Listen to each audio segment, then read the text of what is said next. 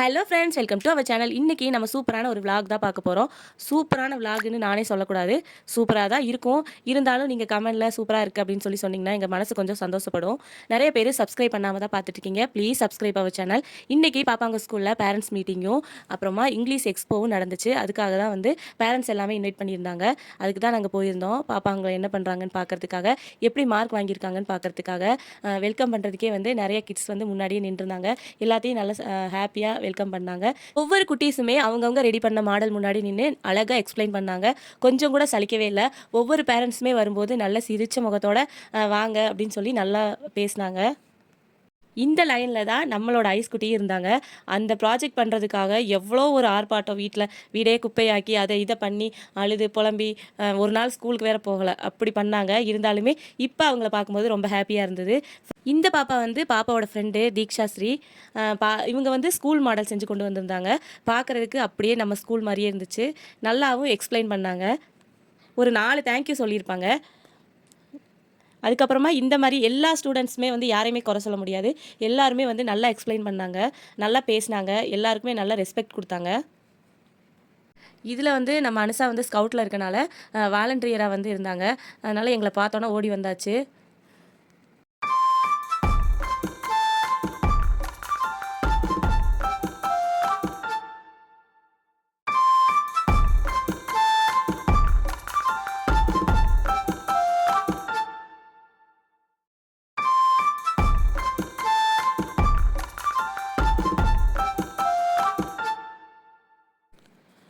அப்படியே இவங்க எல்லாத்தையும் பார்த்துட்டு வந்தோம்னா நம்மளோட அக்கா அவங்க 2 பேர் இருந்தாங்க, அனுசாக்காவும் ஐசக்காவும். எங்களை பார்த்தோன்னா ஒரே ஹாப்பி ஆகிட்டாங்க.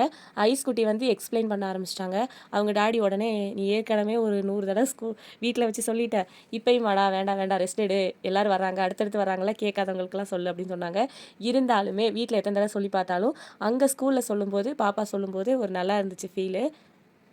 எல்லா குட்டீஸுமே வந்து அவங்கவுங்க இதில் இருந்தனால அடுத்தடுத்து பேரண்ட் வந்துகிட்டே இருந்தாங்க. நம்ம நின்றுட்டு ஒருத்தவங்களை ஃபோக்கஸ் பண்ணிட்டு இருந்தோம்னா அடுத்தவங்க வந்து பார்க்க முடியாது அப்படின்றதுக்காக டக்குன்னு எடுத்துகிட்டு அவங்களே எக்ஸ்பிளைன் வேணாண்டா, நான் அப்படி பார்த்துட்டே போகிறேன், அவங்களும் பாவம் இல்லை, எத்தனை பேருக்கு தான் சொல்லுவாங்க அப்படின்னு சொல்லிட்டு நான் டக்குன்னு முன்னாடி போக ஆரம்பிச்சாச்சு.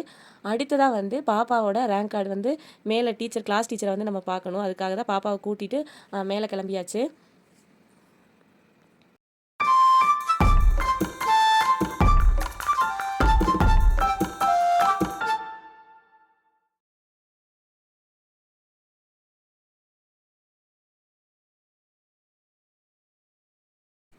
போகிற வழியில் அப்படி எல்லாமே இருந்தது, அப்படி பார்த்துட்டே போனோம். எக்ஸ்பிளைன் சொல்லுங்கள் அப்படின்னு சொன்னோம்னா அவங்க நல்லாவே வந்து எக்ஸ்பிளைன் பண்ண ஆரம்பிச்சிடறாங்க.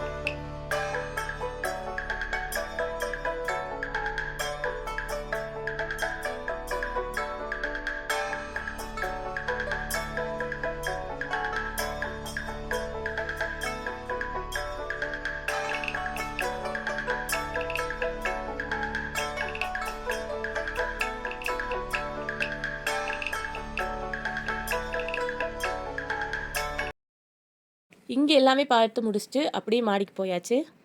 பரவாயில்லைங்க, பாப்பா எல்லா சப்ஜெக்ட்லேயுமே மார்க் வந்து 80க்கு அபோவ் தான் வாங்கியிருந்தா.